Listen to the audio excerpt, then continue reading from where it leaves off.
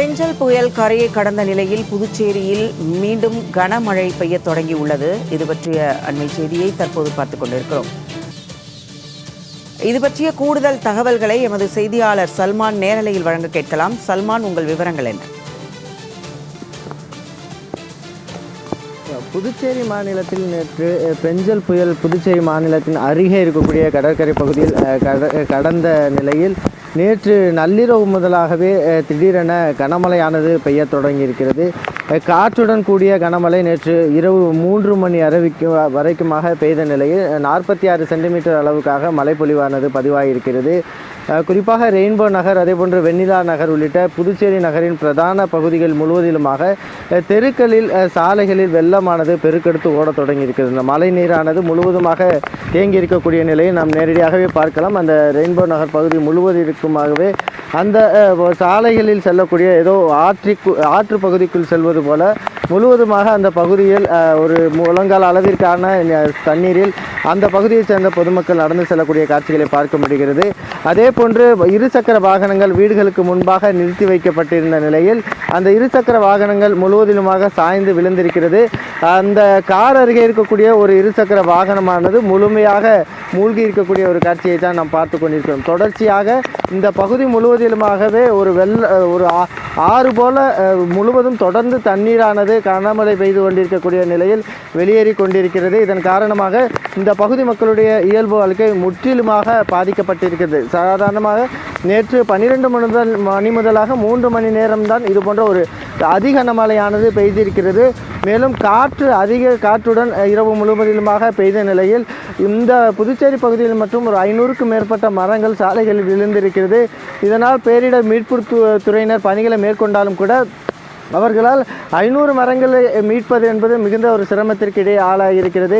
ஏற்கனவே நேற்றைய தினம் மரக்காணம் ஒட்டிய பகுதிகளில் அந்த புயல் கரையை கடக்கும் என கூறப்பட்ட நிலையில் புதுச்சேரி அருகே கரையை கடந்த ஒரு விளைவு தான் இதுபோன்ற மிகப்பெரிய ஒரு பாதிப்பை புதுச்சேரி மாநிலம் சந்தித்திருக்கிறது. புதுச்சேரியும் அதே போன்று விழுப்புரம் மாவட்டமும் தான் இந்த புயலின் தாக்கத்தால் மிகப்பெரிய ஒரு பாதிப்பை ஏற்படுத்தியிருக்கிறது. அதே போன்று விழுப்புரம் மாவட்டத்தின் மரக்காணம் ஒட்டிய பகுதிகளில் நேற்று இரவு 90 கிலோமீட்டர் அளவிற்காக கடற்கரை ஒட்டிய பகுதிகளில் காற்றின் வேகம் அதிகரித்துள்ளது.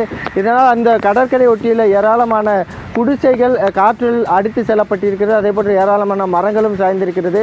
தற்பொழுது புதுச்சேரி மாநிலத்தில் தான் இந்த பகுதியில் மட்டும் அதிக அளவிற்கான பெரும் சேதத்தை ஏற்படுத்தியிருக்கிறது. அனைத்து தெருக்களிலுமே இடுப்பு அளவிற்காக மழைநீர் தேங்கி தொடர்ந்து வெள்ளம் போல பெருக்கெடுத்து ஓடிக்கொண்டே இருக்கிறது. அதே போன்று தற்பொழுது மீண்டும் அந்த கனமழையானது காற்றுடன் கூடிய கனமழையானது பெய்திருக்கக்கூடிய நிலையில் இந்த பகுதி மக்கள் வீடுகளுக்குள்ளே முடங்கியிருக்கிறார்கள். அவர்கள் நேற்று இரவு தூங்கி இன்று காலை எழுந்து பார்த்தபோது தங்களது வீடுகளுக்கு முன்பாக முழங்கால் அளவிற்கான நீர், அதே போன்று சில குடியிருப்பு பகுதிகளில் முதல் தளத்தை முழுவதிலுமாகவே மழைநீர் சூழ்ந்திருக்கிறது.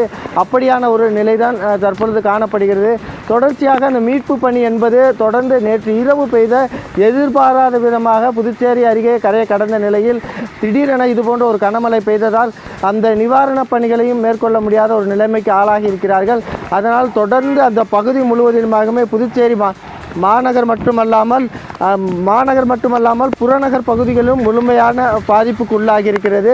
தொடர்ச்சியாக இந்த பகுதி முழுவதிலுமாக புதுச்சேரி மாநிலம் முழுமைக்குமாகவே இந்த 3 மணி நேர கனமழை மற்றும் காற்றுடன் கூடிய கனமழையால் முடக்கி போடப்பட்டிருக்கிறது என்று சொல்ல வேண்டும். அந்த அளவிற்கு புதுச்சேரி மாநிலத்துக்கு திசையெங்கும் எந்த பக்கம் திரும்பினாலும் முழுவதிலுமாக காற்று வெள்ளம் போல தெருக்களில் வெள்ளம் பெருக்கெடுத்து ஓடக்கூடிய ஒரு நிலை ஏற்பட்டிருக்கிறது.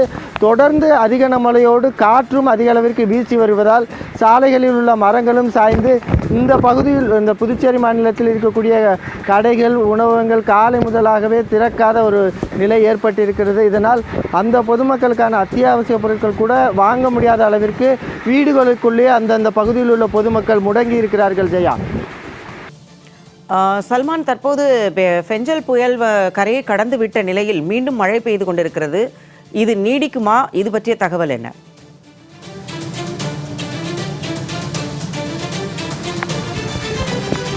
நிச்சயமாக ஒரு புயல் கடக்கும் பொழுது அந்த புயலுடைய திரும்பும் வேகம், அதே போன்று அந்த புயல் கடந்த சென்ற பகுதிகள் முழுவதிலுமாக தொடர்ச்சியாக கனமழை பெய்யும் என்பதுதான் வானிலை ஆய்வு மையத்தினுடைய அறிக்கை. அப்படியாக இருக்கும் பொழுது நேற்று அவர் அந்த இரவு கரையை கடந்தாலும் கூட அதனுடைய தாக்கம் ஒரு 3 மணி முதலாக காலை 6 மணி வரைக்குமாக மழை விட்டிருந்தது. ஆனால் மீண்டும் தற்பொழுது அந்த கனமழையானது தொடங்கி இருக்கக்கூடிய நிலையில் காற்றும் ஒரு 40 கிலோமீட்டர் வேகத்திற்காக தொடர்ந்து வீசி வருகிறது. இதனால் பொதுமக்கள் வெளியே செல்ல முடியாத அளவிற்கான ஒரு நிலை தான் காணப்படுகிறது. எனவே இந்த கனமழையும் தொடர்ந்து இன்று மாலை வரையும் நீடிப்பதற்கான வாய்ப்பு இருப்பதாக வானிலை மையம் தெரிவிக்கிறது. தொடர்ந்து இந்த பகுதிகளில் கனமழையானது காலை முதலாக பெய்ய தொடங்கி இருக்கக்கூடிய நிலையில் பொதுமக்களின் இயல்பு வாழ்க்கை முழுவதுமாக முடக்கி போடப்பட்டிருக்கிறது. அதேபோன்று நேற்று இரவு முதலாகவே மின்சாரம் முழுவதுமாக தடைபட்டிருக்கக்கூடிய நிலையில் அந்த பகுதியில் உள்ள பொதுமக்கள் வெளியே செல்ல முடியாமல் தொடர்ந்து மின்சாரமின்றி தவித்து வரக்கூடிய ஒரு நிலை தான் காணப்படுகிறது. புதுச்சேரியில் மழை நிலவரம் குறித்தான தற்போதைய விவரங்களை நேரலையில் வழங்கியதற்கு நன்றி சல்மான்.